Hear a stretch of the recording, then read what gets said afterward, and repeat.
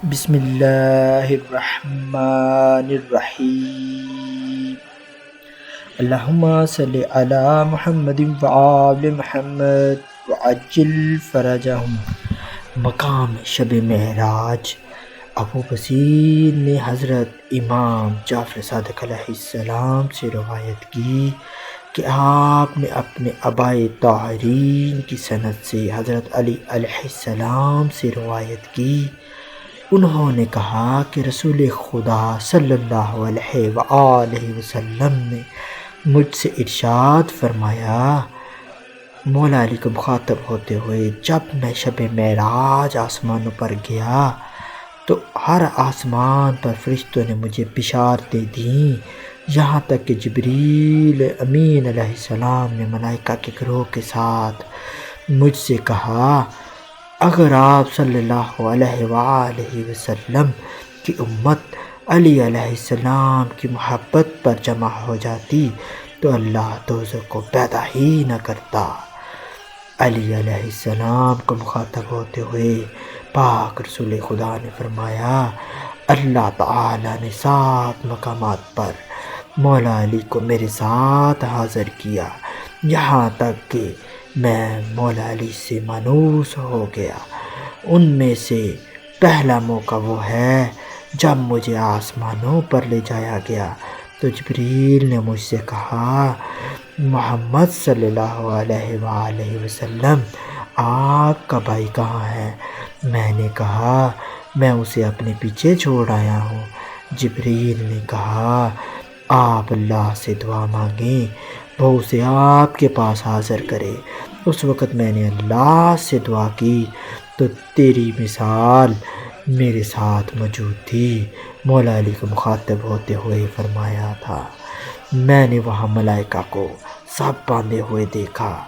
میں نے جبرائیل سے پوچھا کہ یہ کون ہے؟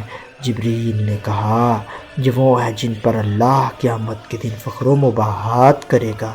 میں قریب گیا اور میں نے جو کچھ ہو چکا اور جو کچھ قیامت تک ہونے والا ہے وہ سب کچھ میں نے وہاں بیان کیا۔ دوسرا موقع اس وقت مولا علی کو اپنے پاس موجود پایا جب مجھے صاحب عرش کی طرف سفر پر لے جایا گیا تو جبریل نے مجھ سے کہا، محمد صلی اللہ علیہ وآلہ وسلم آپ کا بھائی کہاں ہے؟ میں نے کہا، میں اسے پیچھے چھوڑ آیا ہوں۔ جبریل نے کہا، آپ خدا سے دعا مانگیں کہ وہ آپ کے پاس حاضر کر دے۔ چنانچہ میں نے اللہ سے دعا کی تو تیری علی علیہ السلام کی مثال میرے پاس موجود تھی۔ میرے لیے 7 آسمانوں کے حجاب اٹھا دیے گئے۔ میں نے وہاں کے رہنے والوں کو دیکھا اور ہر فرشتے کی جگہ کو ملاحظہ کیا۔ تیسرا موقع اس وقت تجھے علی علیہ السلام کو اپنے پاس موجود پایا جب مجھے جنات کی طرف مبعوث کیا گیا تو جبریل امین نے مجھ سے کہا کہ آپ کا بھائی کہاں ہے؟ میں نے کہا، میں اسے اپنے پیچھے چھوڑ آیا ہوں۔ جبریل نے کہا، آپ اللہ سے دعا کریں کہ وہ آپ کے پاس حاضر کرے۔ میں نے دعا مانگی تو اس وقت بھی مجھے اپنے پاس موجود پایا۔ میں نے وہاں ان سے جو بھی باتیں کیں اور انہیں نے مجھ سے جو بھی باتیں کیں وہ سب کی سب تو علی علیہ السلام اور انہیں یاد رکھا۔ چوتھا موقع جہاں تو علی میرے ساتھ تھا، ہم لیلۃ القدر کے مخصوص کیے گئے، اس وقت تو علی میرے ساتھ موجود تھا، ہمارے علاوہ کسی کا اس میں کوئی حصہ نہیں۔ پانچواں مقام وہ تھا جب میں نے اللہ سے مناجات کی، اس وقت تیری علی کی مثال میرے ساتھ موجود تھی۔ میں نے تیرے علی کے لیے جن جن چیزوں کی اللہ سے درخواست کی سوائے نبوت کے وہ سب کی سب دعائیں قبول ہوئیں، مگر نبوت کے متعلق اللہ نے مجھ سے کہا، میں نے نبوت کو تیرے لیے مخصوص کیا اور اس عہدے کو تجھ پر ختم کیا۔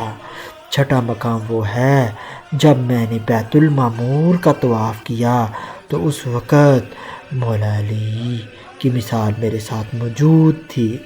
ساتواں مقام وہ ہے جب مختلف گروہ میرے ہاتھوں ہلاک ہوئے تو اس وقت علی علیہ السلام میرے ساتھ تھا۔